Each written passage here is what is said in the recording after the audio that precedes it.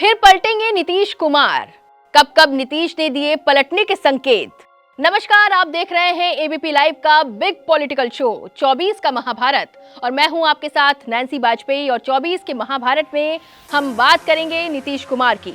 जी हां, नीतीश कुमार के पलटने की आशंका को लेकर जो चर्चा हो रही है, उस चर्चा को और हवा मिल गई है। हाल ही में विपक्षी गठबंधन की बैठक सिर्फ इसीलिए बुलाई गई थी ताकि पलटने का कथित प्लान बना रहे नीतीश को रोका जाए।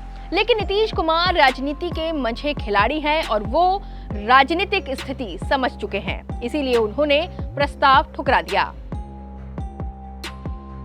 मौजूदा राजनीतिक स्थिति के लिए जिम्मेदार गठबंधन के बाकी घटक हैं, क्योंकि नीतीश कुमार की कोशिशों से ही गठबंधन बना।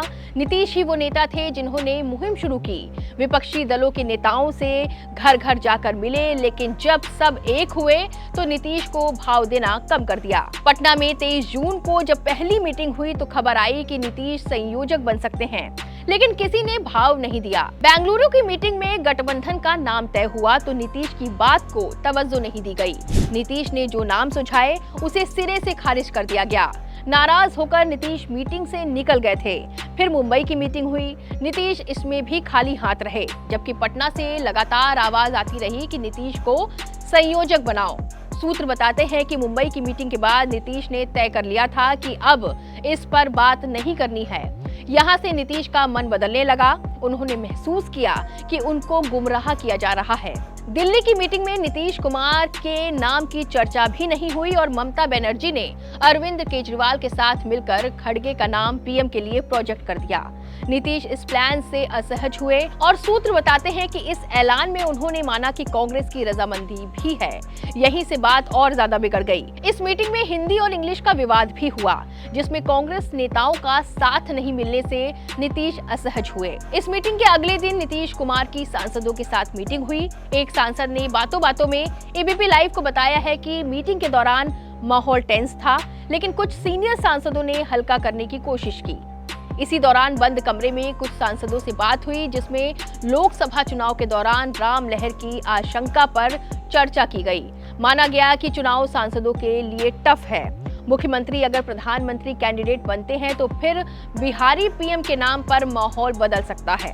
हालांकि इस मीटिंग में सांसदों को इस बात की भनक तक नहीं लगी कि मुख्यमंत्री क्या सोच रहे हैं।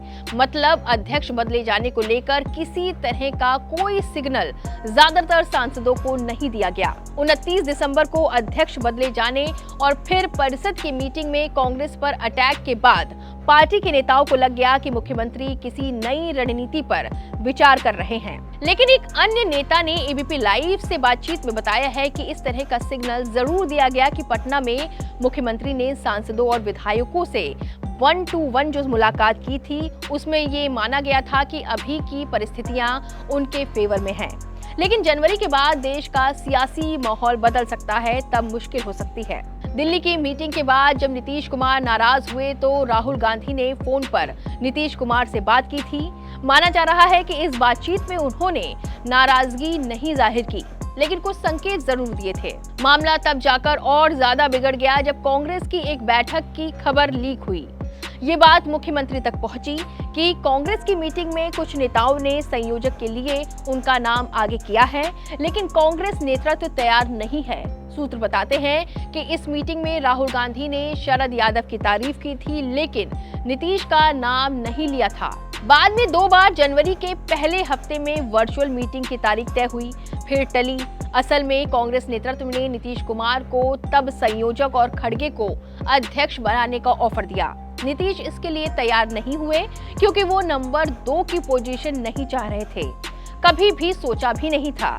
इसके बाद सीट शेयरिंग को लेकर कांग्रेस की तरफ से बयानबाजी हुई तो जेडीयू ने तेवर तल्ख कर दिए। इस दौरान नीतीश कुमार के पलटे जाने की खबर तेज हो गई तो बाकी सहयोगियों ने नीतीश कुमार को रोकने की जिम्मेदारी कांग्रेस पर छोड़ दी।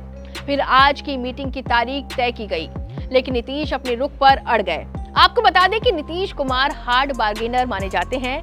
सीट का मामला हो या कुर्सी का, समझौता अपनी शर्तों पर करते हैं। उनको लग गया था कि कांग्रेस ने उनके मंच को हाईजैक कर लिया है, तो फिर उन्होंने प्लान बी पर काम करना शुरू कर दिया। सीट का दबाव और पलटी की चर्चा हार्ड बार्गेनिंग वाली नीति का पार्ट है।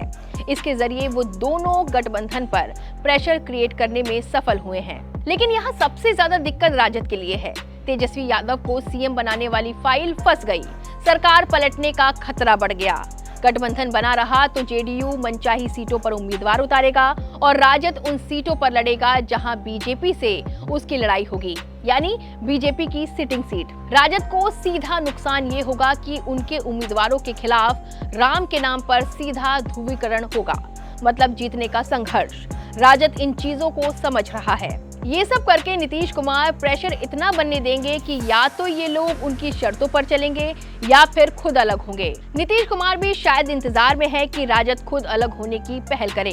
नीतीश कांग्रेस के खिलाफ किस कदर आगे बढ़ चुके हैं उसको इस तरह से भी समझिए कि उन्होंने कांग्रेस उम्मीदवार की दावेदारी को छोड़कर अरुणाचल में अपना उम्मीदवार उतारा, झारखंड में भी उतारेंगे। पहली रैली झारखंड में ही करेंगे। पार्टी के नेता कांग्रेस को सीटों के नाम पर औकात याद दिला रहे हैं।